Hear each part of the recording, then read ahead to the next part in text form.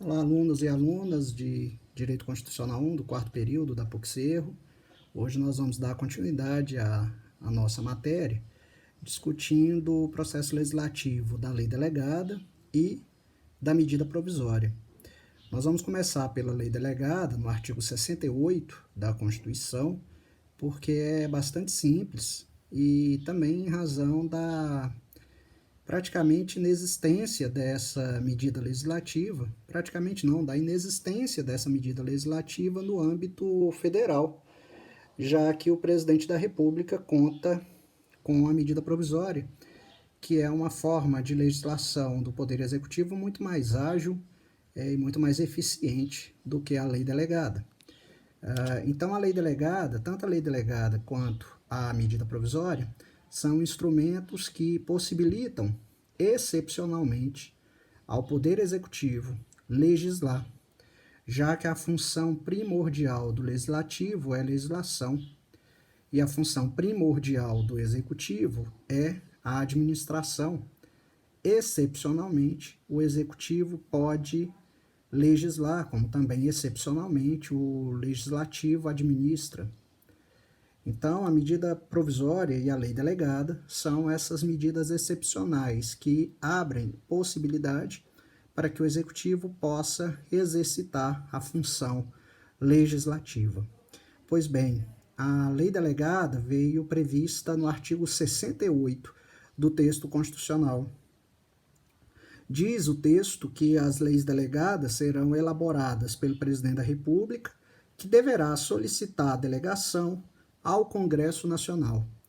E aí essa delegação ela pode ser total ou parcial, ou seja, o Congresso Nacional pode delegar todo o poder legislativo, de modo que o presidente da República, recebendo a delegação, ele já elabora e aprova, publicando a lei delegada, como pode ser parcial, em que ele faz apenas um projeto de lei delegada, que será votado pelo Congresso Nacional, não podendo, nesse caso, o Congresso Nacional fazer qualquer tipo de alteração. Então, o Congresso ou vai aprovar ou vai rejeitar a lei delegada, ou o projeto de lei delegada que foi enviado pelo presidente da República. O parágrafo 1º do artigo 68 estabelece algumas matérias que não podem ser passíveis de delegação.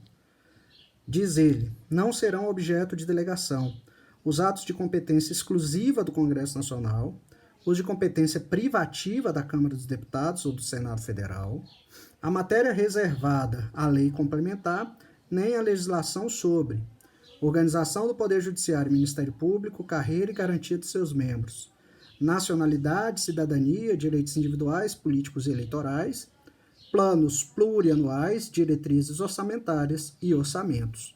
Então, nessas matérias, o Congresso não pode delegar para o presidente da República o poder de legislação. O parágrafo 2º estabelece que a delegação ao presidente da República terá a forma de resolução do Congresso Nacional, que especificará seu conteúdo e os termos do seu exercício. E o parágrafo 3º diz que se a resolução determinar a apreciação do projeto pelo Congresso Nacional, este a fará em votação única, vedada, ou seja, proibida, qualquer emenda. Então, como eu disse, a lei delegada, na verdade, ela nunca foi exercitada, né, esse poder do presidente da República nunca foi exercitado, exatamente pelo fato de que nós temos a medida provisória como instrumento de legislação do presidente da República. Medida provisória que foi estabelecida no artigo 62 e que passou em 2001 por uma modificação para tentar limitar o abuso que havia de edição de medida provisória, que era reeditada permanentes várias e várias vezes, apesar do texto original não permitir essa reedição. A reedição se deu em razão de uma interpretação equivocada do Supremo Tribunal Federal quanto à medida provisória. E aí, apenas em 2001, o Congresso Nacional aprova uma emenda à Constituição, estabelecendo uma série de modificações no processo legislativo da medida provisória, de modo a tentar diminuir esse abuso na edição de medida provisória pelos diversos presidentes da República que tivemos de 88 até agora. Diz, então, o artigo 62, que em caso de relevância e urgência, o presidente da República poderá adotar medidas provisórias com força de lei, devendo submetê-las de imediato ao Congresso Nacional. Anteriormente, o prazo da medida provisória, uma vez a medida provisória editada, ela tinha um prazo de vigência de 30 dias. Caso o Congresso não apreciasse a medida nesse prazo de 30 dias, ela perdia vigência e eficácia desde a edição. Agora, com a mudança da Emenda Constitucional 32 de 2001, a medida provisória passa a ter o prazo de 60 dias, né? De acordo com o parágrafo 3º do artigo 62 da Constituição. Né? Então, diz o parágrafo 3º que as medidas provisórias, ressalvado o disposto nos parágrafos 11 e 12, perderão eficácia desde a edição, se não forem convertidas em lei no prazo de 60 dias, prorrogável nos termos do parágrafo 7º, uma vez por igual período, devendo o Congresso Nacional disciplinar por decreto legislativo as relações jurídicas delas decorrentes. Então, o parágrafo 3º aumentou esse prazo para 60 dias e possibilitou a prorrogação, a reedição de medida provisória uma única vez por mais 60 dias, que é o que consta no parágrafo 7º do artigo 62. Prorrogar-se-á uma única vez por igual período a vigência de medida provisória que, no prazo de 60 dias contado de sua publicação, não tiver a sua votação encerrada nas duas casas do Congresso Nacional. Né? Uma vez que a medida provisória é editada, então, ela será, então, analisada, né? E é chamado conhecido como projeto de lei de conversão da medida provisória, né? Nas casas legislativas. E essa votação, ela começa na Câmara dos Deputados, como diz o artigo 62, parágrafo 8º. Cria-se, então, uma comissão mista para examinar a medida provisória, né? Editando um parecer, como diz o parágrafo 9º, né? E é proibida a reedição na mesma sessão legislativa de medida provisória que tenha sido rejeitada ou que tenha perdido sua eficácia por decurso de prazo, é o que estabelece o parágrafo 10. Né? Então, uma vez editada a medida, ela passa a tramitar, então, o projeto de lei de conversão na Câmara dos Deputados, né?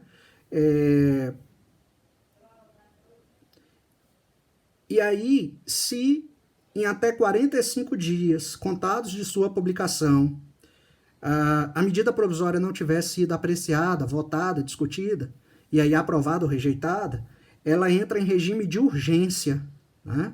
Em cada uma das casas, de modo que ela paralisa a votação de todas as outras medidas legislativas que estejam em pauta.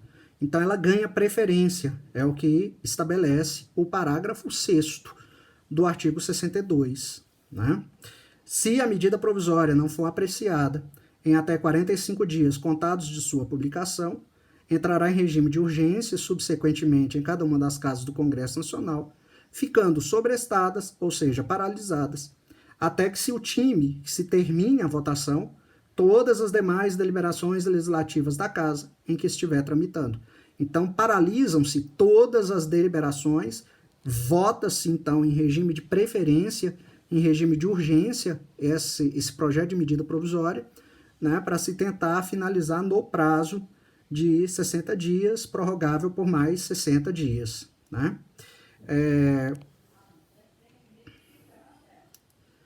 E como disse o parágrafo 3º, caso a medida provisória não seja votada, ela perde vigência e validade desde a edição e deverá o Congresso disciplinar por decreto legislativo as relações jurídicas delas decorrentes. E aí, se o decreto legislativo não for editado até 60 dias após a rejeição ou perda de eficácia de medida provisória, as relações jurídicas constituídas e decorrentes de atos praticados durante sua vigência conservar-se-ão por ela regidas. É o que estabelece o parágrafo 11 do artigo 62. O parágrafo 12 estabelece que, aprovado o projeto de lei de conversão alterando o texto original da medida provisória, esta manter-se-á integralmente em vigor até que seja sancionado ou vetado o projeto. E, por fim, né, o parágrafo 1º do artigo 62 estabelece aquelas matérias que não podem ser regulamentadas ou reguladas por meio de medida provisória. Diz, então, o parágrafo 1º, é vedada a edição de medidas provisórias sobre matéria relativa à nacionalidade, cidadania, direitos políticos, partidos políticos e direito eleitoral, direito penal, processual civil, organização do Poder Judiciário e do Ministério Público, a carreira e a garantia de seus membros, os planos plurianuais, diretrizes orçamentárias, orçamento e créditos adicionais e suplementares, ressalvado o previsto no artigo 167, parágrafo 3º, que vise a detenção ou sequestro de bens, poupança popular ou qualquer outro ativo financeiro, reservada à lei complementar, já disciplinada em projeto de lei aprovado pelo Congresso Nacional e pendente de sanção ou veto do Presidente da República. Então, nessas matérias não pode haver edição de medida provisória. Já o parágrafo 2º estabelece a regulamentação de medida provisória em matéria tributária, que vocês vão estudar lá no direito tributário. Medida provisória que implica instituição ou majoração de impostos, exceto os previstos nos artigos 153, 1, 2, 4 e 5 e 154, 2, só produzirá efeitos no exercício financeiro seguinte se houver sido convertida em lei até o último dia daquele em que foi editada. Né? E com isso nós finalizamos, né, o processo legislativo da medida provisória e na nossa próxima aula nós vamos começar a trabalhar a fiscalização contábil, financeira e orçamentária que se encontra a partir do artigo 70 do texto constitucional. Então é isso, pessoal. Um grande abraço e até lá.